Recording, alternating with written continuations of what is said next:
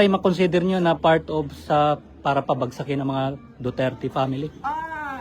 Yes, mentioned to my siblings that you don't have control over this anymore.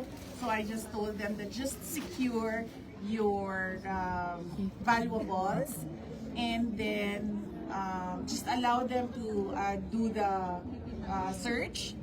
And then we expect that there will be planted evidence inside the houses. So I told them that we'll just have to face that as well because that is the template that they did with former Congressman Arnie Teves. It's exactly the same template. So I told them that it's pointless. It's pointless to fight. So just allow it to happen. It doesn't mean that that search is illegal.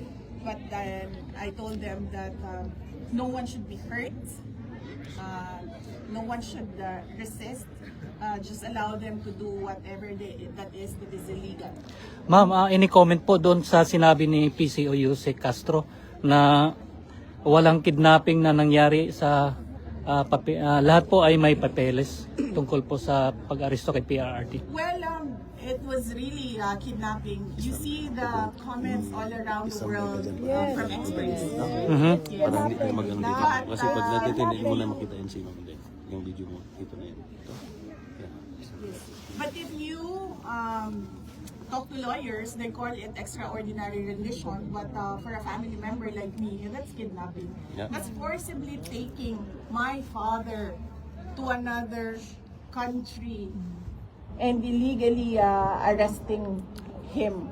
So that's clearly kidnapping. Ma'am, mag-apply po ba si PRRD ng interim release? Interim release, That's sorry. something that I cannot comment on because it's a legal strategy. So I would leave that to the lawyers if the lawyers would like to talk to the media.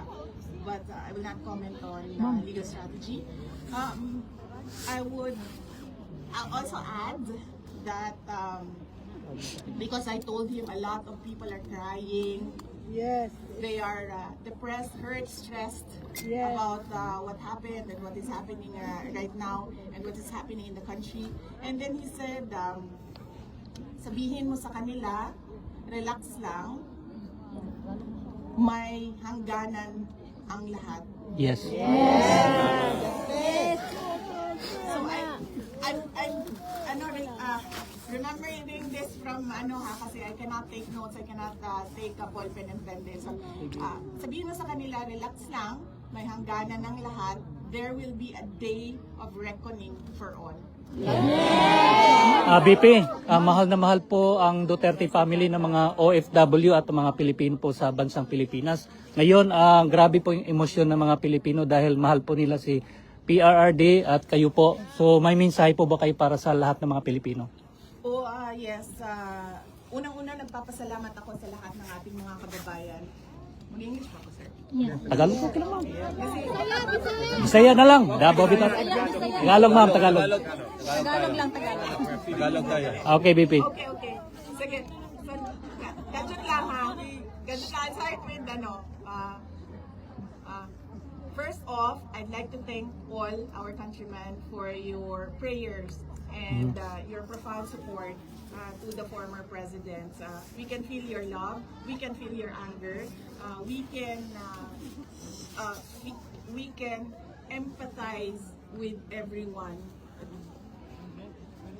Everyone's rage about what happened. And let us not be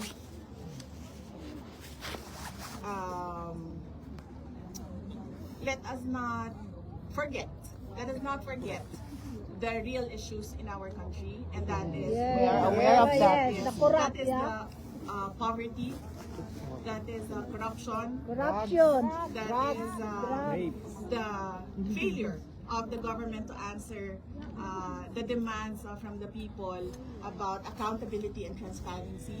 Yes! The failure of the government to address peace and security in our Walang ginawa ko na ng party lang. So, because I wanted to give it time, airtime. I wanted to give the flowers airtime because I don't know who gave this, but the people who gave this made efforts to go to a flower shop and buy flowers. So I wanted to give it airtime. Just to say thank you to those who took time to buy flowers. They know I Love love your flowers. family. How is this helping? Address that time. Now, she will now address the Filipino community after the video. Okay, because it's Sige, sige. Sige. Lala ko question, ma'am. So, start muna tayo. Nakailak po ka sa neta gusto ko papa. Duterte! Duterte! Duterte! Duterte! Muna kayo. Ano lang kayo? Alam ma'am. Hindi. I don't think Huwag muna. Ano kayo? Sige. Kagwapa ni Mama May! Gwapa! So, start muna tayo. May ano tayo na yung pinuntan mo kanina. Sir, doon na lang sa mataas. Doon sa mataas.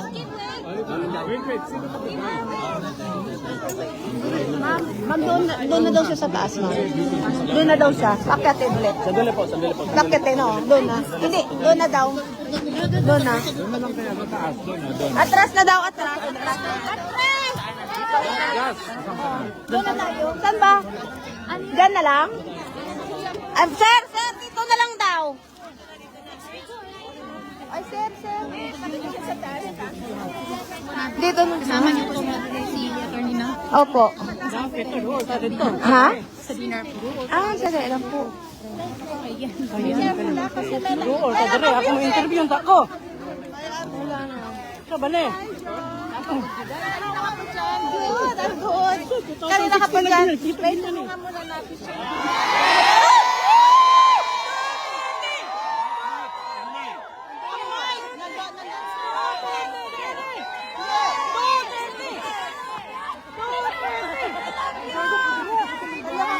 Kanya-kanya tayo.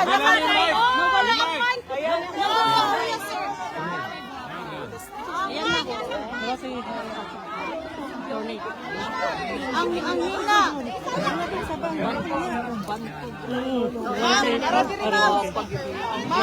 Ito radyo si Inday. Dahil, interview yung tako ng Inday. Inday! Ma'am, nandito po ang speaker sa amin.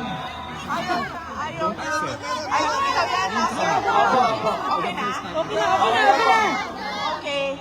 Yes. Una sa una, nagpapasalamat ako sa inyong lahat, sa inyong pagpapakita ng suporta dito. At sa ating mga kababayan na nandoon sa Pilipinas, nagpapasalamat ako sa pagpapakita nila ng galit. At sa nangyari kay President Duterte, sa nangyayari sa ating bayan. Napakahalaga yung pagpapakita sa mga dasal ninyo. Madami ang nagdadasal. Gusto mo mag-exit na tayo? Ang dasal dahil nagbibigay yon ng lakas ng loob sa lahat ng pinagdadaanan ngayon ni President Duterte. Pangalawa, marami sa inyo ang hindi nagtrabaho ngayon. Wala pinag- Wala dyan! Wala na! Wala! Wala na trabaho! Ano sinabi mo? Saka pinagalit trabaho? Pinauna mo!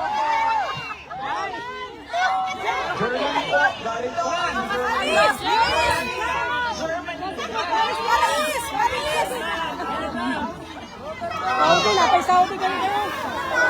Belgium guy! Belgium guy! Deus! Paris! Sigaw ko lang yung Deus. Isa pa, kuya-kuya pa. Kung ano para makasol po dito.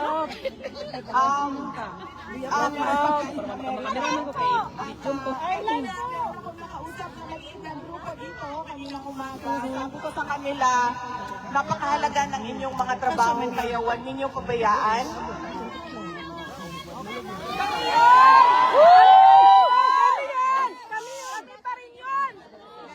Yes, dahil alam ko, breadwinners kayo lahat. Oh, yes!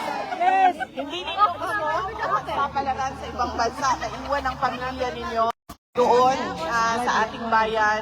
Pero napakahalaga yung trabaho ninyo at yung pag-alaga ninyo sa inyong mga mahal sa buhay na nasa Pilipinas.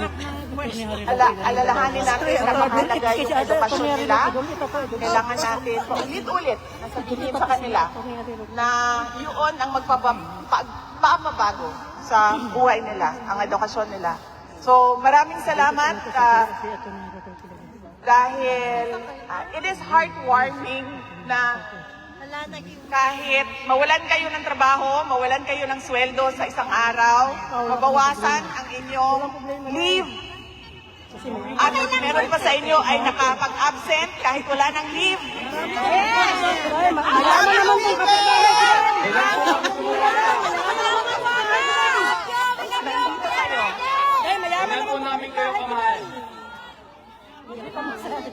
Maraming salamat.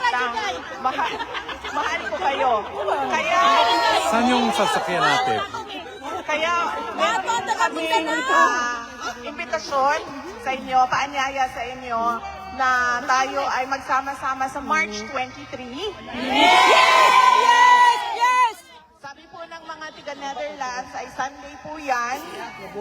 At sabi ko kanina sa mga kasama nating kababayan dito, sabi ko, Friday, Saturday, maglaban na kayo. Dahil Sunday, magkita-kita tayo sa March 23. Apo.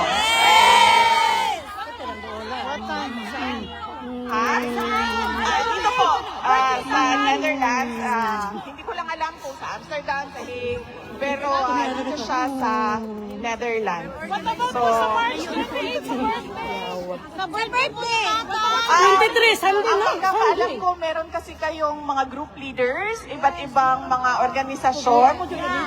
Meron pong ginagawang meeting. Kahapon may ginawang meeting. Di bali po, sasabihin ko sa kanila na i-post nila publicly para kahit yung hindi miyembro ng grupo ay alam nila kung saan sila papunta. Yes, Day! 23 yun. Yes, Day! Ikaw ba yun? Paano natin siya Duterte! Duterte! Duterte! Duterte! Duterte! Duterte! Duterte! Duterte! Duterte! At dahil umuulan ay hindi kayo umaalis. Ilan yan?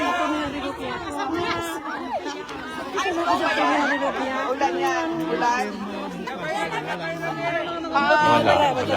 Ano ba ito So, gusto ko lang ulitin kasi kanina masyadong malayo yung iba, hindi ninyo narinig kung ano yung mensahe ni Pangulong Duterte sa inyong lahat. Sino may kasama ko? Sabi po niya, dahil sinabi ko, madami ang nasaktan. Madami ang umiiyak. Madami ang galit. At sinabi ko, mahalaga, madami ang nag-absent. Kaya sabi ko sa kanya, ano ang gusto mo ipako sa kanila?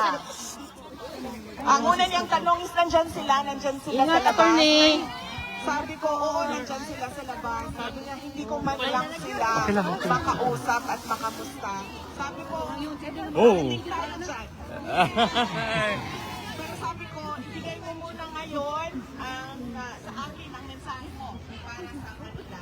So, sinabi niya, unang-una, relax lang. May hangganan ang lahat. There is a record, a day of record.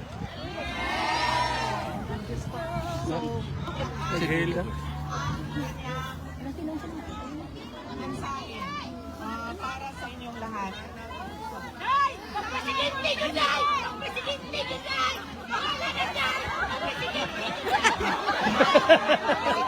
Yes! Yes! Duterte!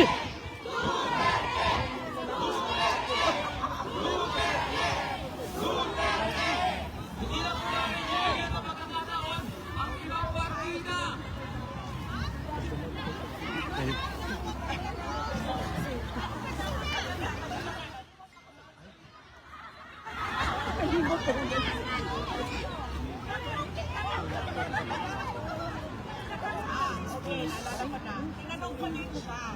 Kasi masakit sa akin na nakikita na umiyak. Dalawa pa yan ah. Alam mo yun? Masakit sa akin yun. Kasi, alam mo yun, parang, hindi naman kasi dapat ginagawa sa inyo yan. Alam mo yun? Hindi dapat siya ginagawa sa inyo yan. So, tinanong ko siya. Sabi ko, ano ba ang mensahe mo sa mga umiiyak? Kasi nasasaktan ako kapag nakikita ko. Umiiyak sila. At sabi niya, umiiyak na din.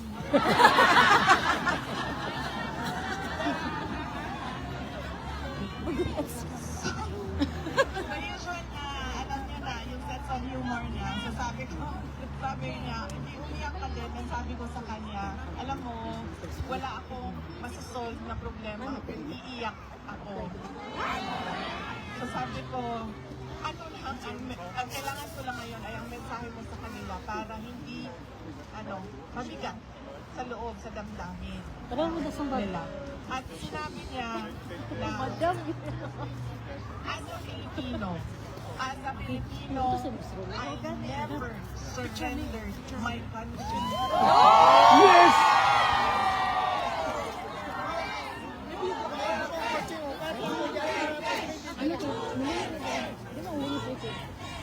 At sinabi niya, wala kayong masabi na meron akong Pilipino na binigay sa mga dayon.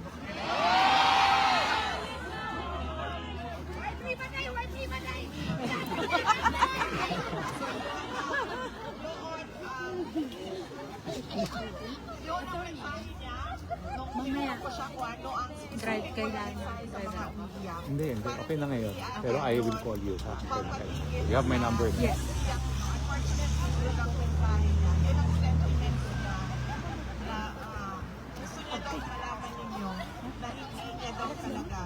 Sa lahat ng kanyang pagtatrabaho para sa ating bansa, ibinigay ang ating bansa. Until he comes home.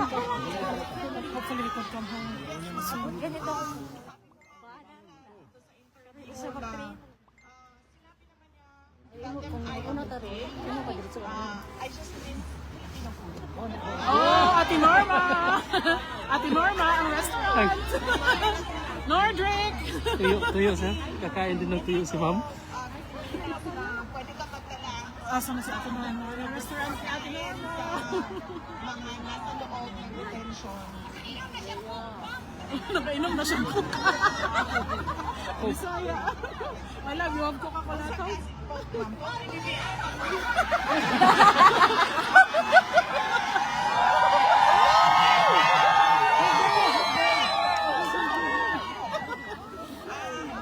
Special shout out sa naghahawak ng ating speaker dahil hindi tayo lang magkakaintindihan nito kung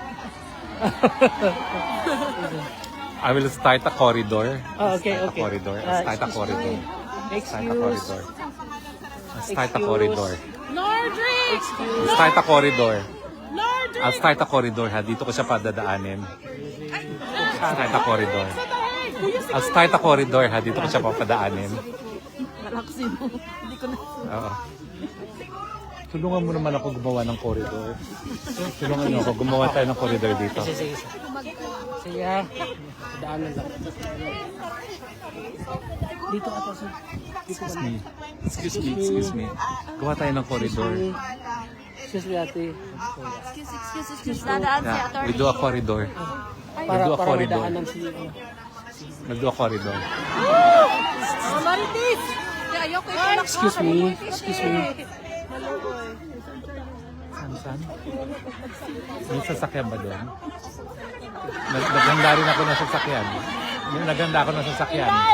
May sasakyan dito. Oo, dito may sasakyan. Dili na po tanaw. Yeah, kami ang chismosa nga gusto. Sino ba yung ating katulong na magpo-corridor? Yeah. Oo, mag-corridor tayo ha, para pagbaba. Asa sir, dito po sir? Oo.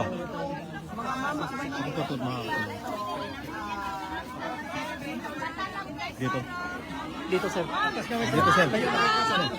Dito ha. Magkaba tayo ng corridor. Atras mo tayo. Ma'am, dili na sir. Para. Nagulit lang tayo busing. Yes, Bumikara, dili na po. Linya, itaon eh. Dito po.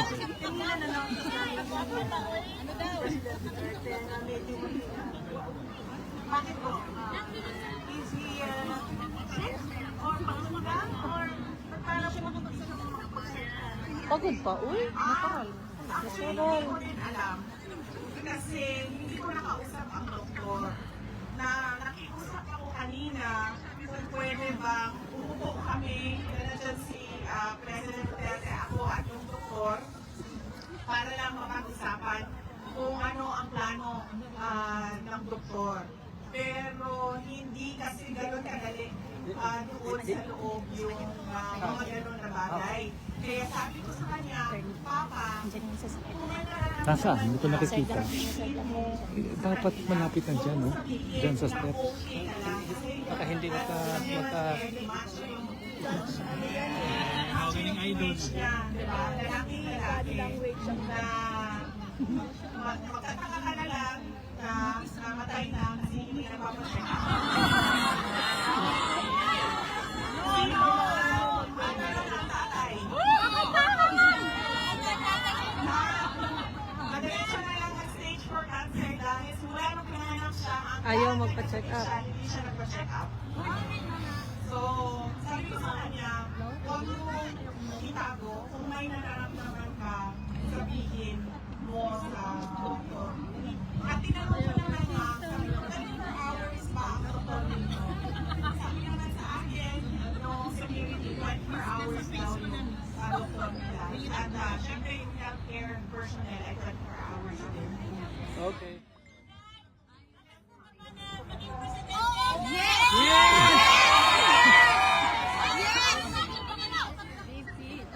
Ma'am, ang akin na kasi ma'am, ang fear ko, do we still have a country? Wait, Yes. Yes. Tara na. Oh, kanina kami diri, ma'am. Hindi na kailangan hintayin.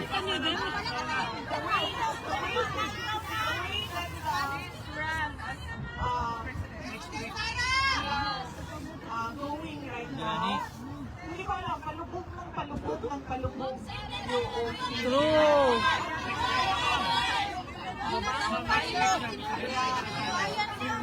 kaya, alam mo yun, pero alam nyo, magtiwala lang kayo sa Diyos. Yes! Amen! Dahil, Si Jazz. makikita nyo na lahat ng bagay ay merong purpose. Hindi ko nyo agad siya nakikita the moment na nangyayari siya. Pero kapag nangyari na yung bagay o yung purpose para ginawa sa iyo ng tadhana o ng Diyos, ay naiintindihan mo na kung ano yung plano niya. Bigyan ko kayo ng example na ganito, na